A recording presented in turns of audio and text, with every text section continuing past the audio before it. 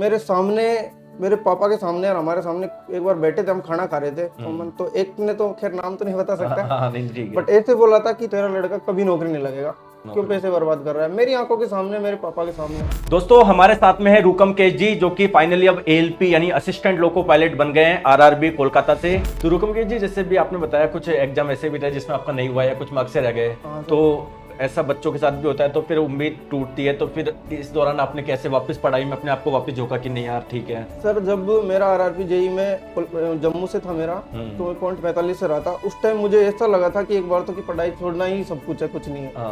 और मैंने 2 महीने तक किताबें भी नहीं उठाई थी, मेरा बिल्कुल टूट गया। लेकिन फिर हिम्मत बांधी, लोग बागों ने भी, मैं सर बहुत लंबे समय से तैयारी कर रहा था, तो बाद में इतनी तैयारी भी नहीं कर पाता था, पर मैंने हिम्मत नहीं हारी और फिर लगा रहा।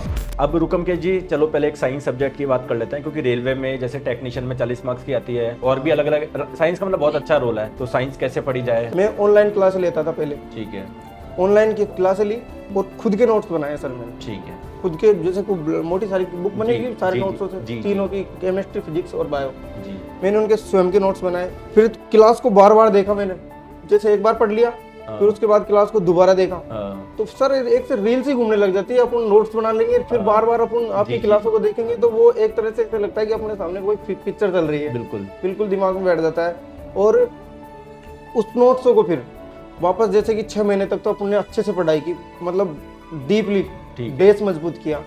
उसके बाद में एक छोटी बुक बनाई, उसमें उन नोट्सों को उसमें शॉर्ट साइज में लिखे। अच्छा। और जैसे फिर 1 महीना रह गया एग्जाम का, तो और भी शॉर्ट नोट्स बना लिए, जिससे रिवीजन करना। और लास्ट में सर मैंने ऐसे नोट्स बना लिए थे कि मैं एक दिन में पूरी बुक्स का, मतलब एक दिन में आप पूरा सब्जेक्ट रिवाइज कर सकते हो, इतने शॉर्ट आपने बना लिए थे सारी बुक्स, और मतलब सारे सब्जेक्ट। अब रुकम के जी, इसके अलावा अगर अपन बात करें, जैसे CBT 2 में आता है बेसिक साइंस एंड इंजीनियरिंग, ठीक है, तो उसके बारे में बताइए, वो कैसे पढ़ी आपने, कैसे पढ़ा जाए?